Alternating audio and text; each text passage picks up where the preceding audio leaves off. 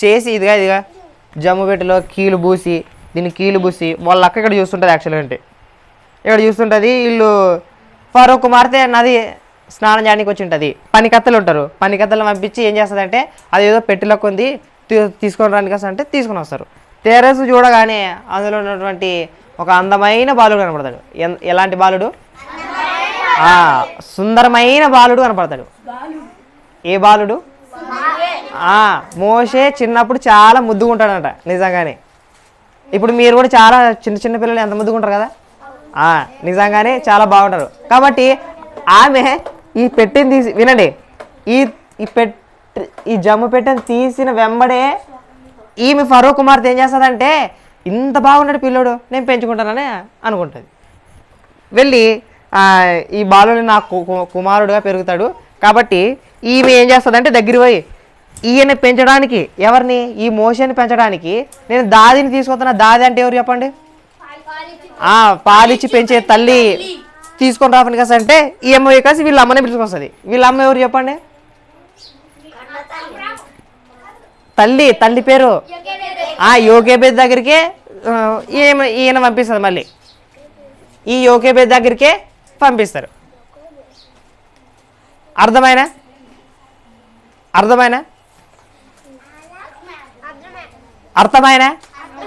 మరి ఇది పలకండి. ఏం పలకనట్టున్నారు? నేను ఏం చెప్తే ఇంతకి అర్థమైనా లేదా అని చెప్పిన. అర్థమైందని నేను అలా అర్థమైందా? చిన్నగా నిద్ర వస్తా కదా? లేదు నిద్ర వస్తలేదు జగండి.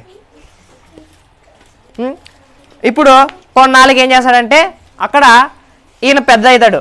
పెద్ద అయిన తర్వాత చాలా సకల శాస్త్రం యందు ప్రావీణ్యత కలిగి ఈయన ఏం చేస్తాడంటే ఒక నాయకునిగా ఉంటాడు. ఇంకా యాక్చువల్గా అంటే ఒక నాయకునిగా ఉంటారు. ఇదిగో బొమ్మ, అది ఇది వేరే ఇమేజ్. ఇది దాది ఈమె యోకేబేదు. అర్థమైనా? యోకేబేదు. ఈయనగో అమ్రాము యోకేబేదు. ఇక్కడ మోషే 3 నెలలు దాచింటారు కదా, అదే ఇమేజ్ ఇది. అర్థమైనా?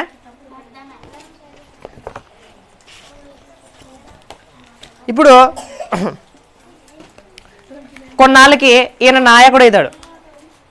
ప్రజల మీద నాయకుడే కాసి ఇదిగో ఇశ్రాయేలు ప్రజలందరినీ చాలా బాధ పెడుతున్నారు. బాధ అంటే కఠిన హింసలు వస్తున్నాయి ప్రజలకి. ఈ ప్రజలందరినీ విడిపించాలని ఆశ కలిగి ఉంటాడు ఈయన కూడా. ఇప్పుడు ఇద్దరు కొట్లాడుతుంటారు, తెలుసు కదా? ఇద్దరు కొట్లాడుతుంటారు. ఐగుప్తీయులు కొట్లాడుతుంటారు. ఐగుప్తీయుడు ప్లస్ ఇశ్రాయేలుడు ఎవరెవరు చెప్పండి? ఐగుప్తీయుడు, ఇశ్రాయేలుడు.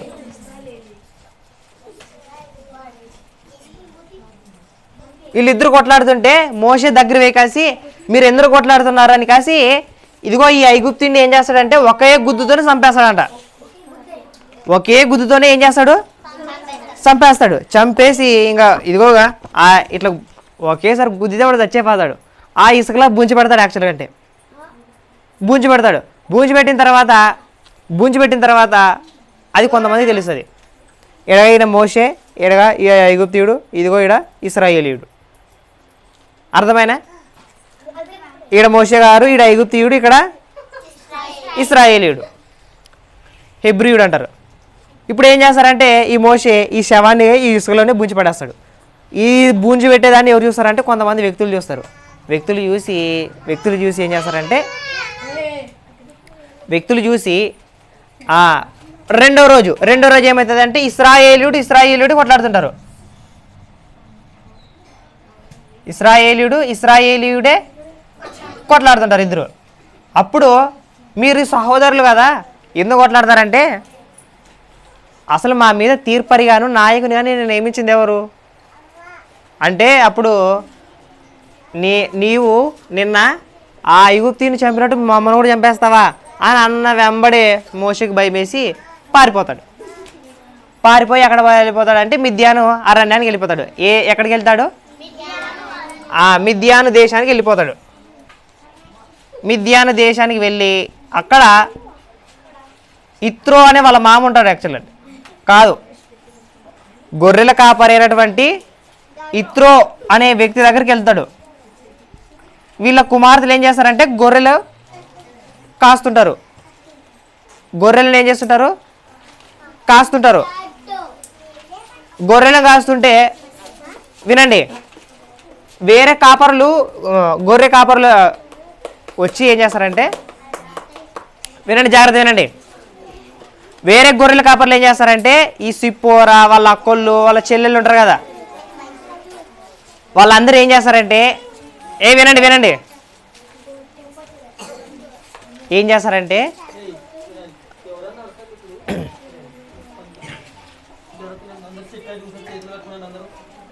ఇత్రో కుమార్తెలు ఉంటారు.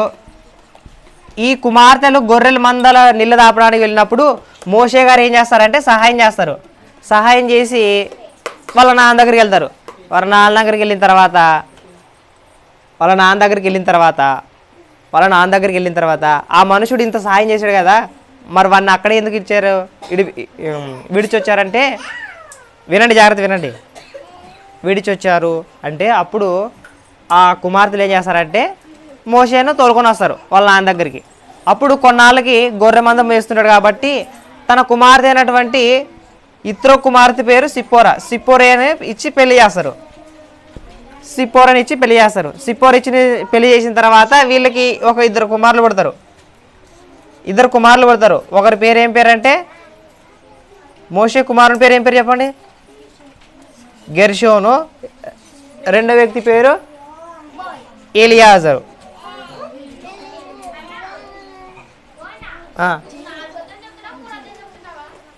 అదే గుర్తొదనా లేదా అని ఎక్స్ప్లెయిన్ చేసుకుంటూ వస్తున్నా.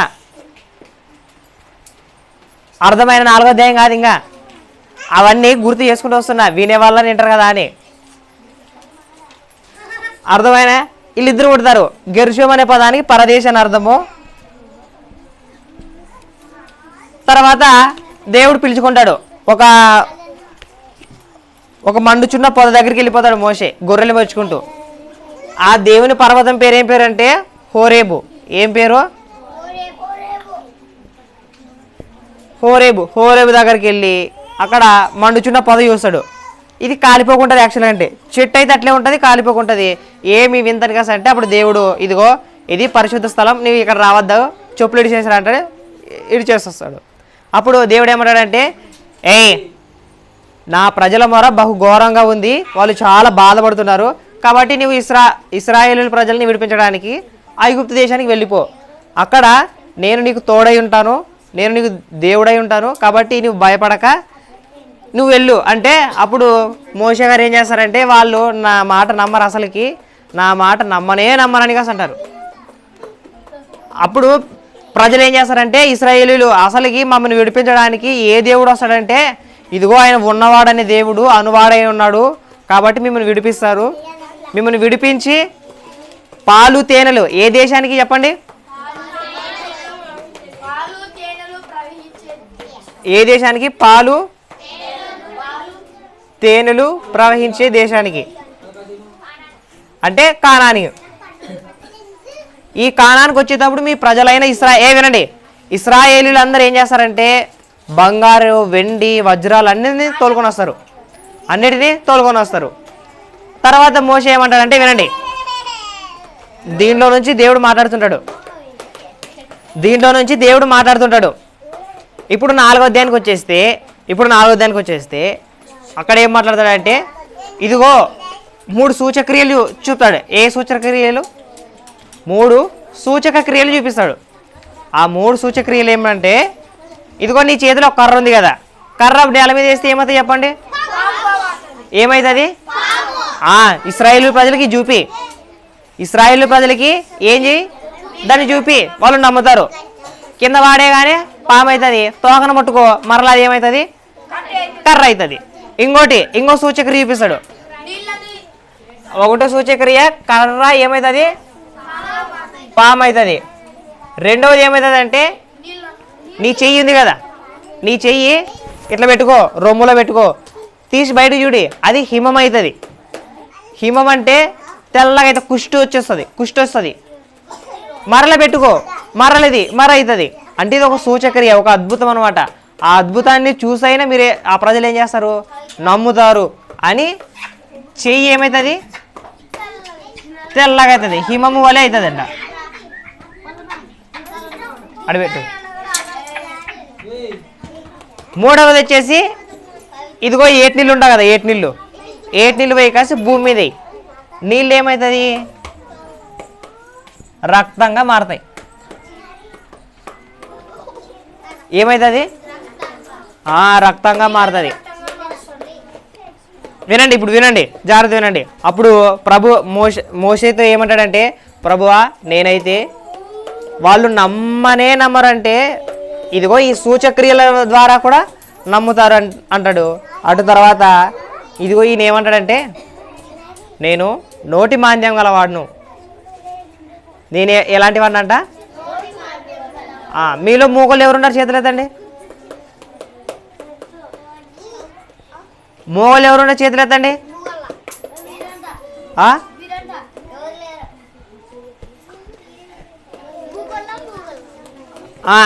ఇప్పుడు నాకు కళ్ళు ఉన్నాయి కదా, నా కళ్ళు ఇచ్చింది ఎవరు, నోరు ఇచ్చింది ఎవరు, చెవులు ఇచ్చింది ఎవరు, దేవుడు కదా. ఈయన ఏమంటున్నాడంటే, అసలు నాకు నోటి మాంద్యం ఉండదు, నాకు తొదల వాతవి యాక్చువల్గా అంటే నేను వెళ్ళలేను ప్రభువా ఆ దేశానికి అంటాడు. అసలుకి నీకు నోరు ఇచ్చింది ఎవరు, నేను కదా. అసలు నీకు కళ్ళు ఇచ్చింది ఎవరు, నేను కదా. నీకు చెవులు ఇచ్చింది ఎవరు, నేనే కదా. నీకు కాళ్ళు ఇచ్చింది ఎవరు, నేనే, నువ్వు కాదు, దేవుడు. నువ్వు కాదు, దేవుడు ఇచ్చింది. కాబట్టి నీకు ఇచ్చింది నేను కాబట్టి నువ్వేం చేస్తావంటే నువ్వు వెళ్ళు. అంతగా నీకు బాధ అనిపిస్తే నీ అన్న ఉన్నాడు కదా, మీ అన్న పేరు ఏం పేరు యాక్చువల్ కంటే, అహరోను నీకు తోడుగా వస్తాడు. అహరోను నీకు తోడుగా వస్తాడు. ఆయన మాట్లాడతాడు నీ బదులు మాట్లాడి ఆ దేశంలో నుంచి నా ప్రజల్ని విడిపిస్తాడు అంటాడు. అప్పుడు మోషే కన్ఫ్యూజన్ అయ్యి దాన్ని ఏమంటారు, అంగీకరించి ఈయన ఎవరి దగ్గరకు వస్తాడంటే ఇత్రో దగ్గరకు వస్తాడు, వాళ్ళ మామ దగ్గరికి. ఇత్రో దగ్గరికి వచ్చి ఏం చేస్తాడంటే, వినండి, ఓ మామ వాళ్ళ మామే కదా, చరణ్ మామ లేడు కదా, చరణ్ మామే కదా, నువ్వు ఇట్రా మామ, ఇట్రా. వినండి, జాగ్రత్త వినండి, ఇటుకిరా.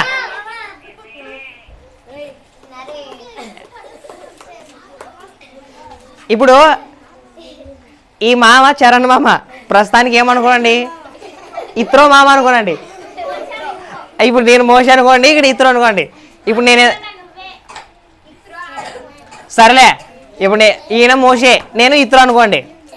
ఈ మోషే ఏం చేస్తాడంటే దగ్గరికి వచ్చి ఏం చెప్తాడంటే, మామ ఇదిగో మా దేశం అది ఐగుప్తు. వినండి, నా ప్రజలు, నా జనులు, నా పితరులు ఎవరంటే ఐగుప్తులో ఉన్నారు.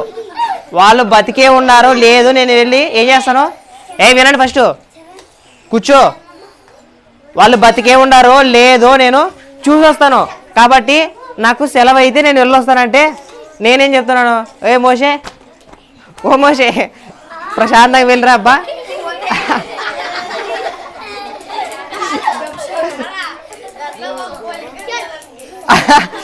వినండి, ఏం కాదు. ఇదిగో నీకు ఇద్దరు బిడ్డలు ఉన్నారు కదా, వీళ్ళు ఊకుండు. ఇద్దరు బిడ్డలు ఉన్నారు కదా, గెర్షోము ఎలియాజర్ అనే ఇద్దరు బిడ్డలు ఉన్నారు కదా, నీ సిప్పర్ ఉంది కదా. కాబట్టి వీళ్ళిద్దరిని ఏం చేస్తావంటే తోలుకొనువో, ఎక్కడికి, ఐగుప్తు దేశానికి తోలుకొనువో అని చెప్తాడు. వినండి ఫస్ట్,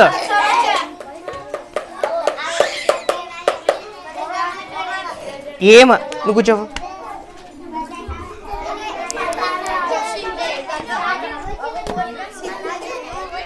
అరసద్దు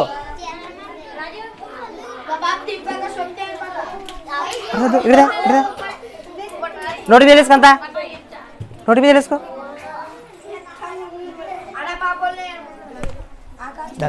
దగ్గరే ఉండవు, నోటి మీద వేసుకొస్తా. ఎవరు కొట్లాడేది ఇంకా జ్యోతక్క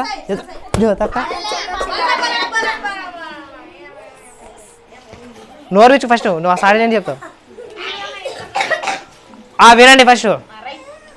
ఇప్పుడు ఇత్రో మామ దగ్గరకు వచ్చి మేము వెళ్ళిపోతాం, ఐగుప్తు దేశానికి వెళ్ళిపోతాం అంటే ఏం చక్క వెళ్ళిరండి, ఏం చక్క వెళ్ళిరండి అంటే వెళ్తారు. ఇంకా అప్పుడు వాళ్ళ అన్న అయినటువంటి అహరోను ఎదురు పడతాడు. అహరోను ఎదురు పడగానే ఏం చేస్తారంటే కౌలించుకోడు, ఇదిగో అహరోను వచ్చాడు అని కాసి ధైర్యం తెచ్చుకొని మోషే కౌలించుకొని ముద్దు పెట్టుకుంటాడు.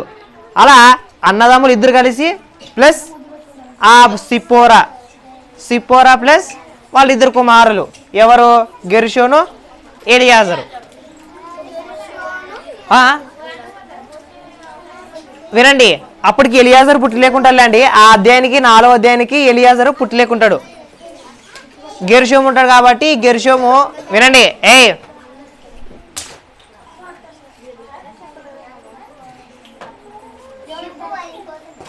ఇక్కడదే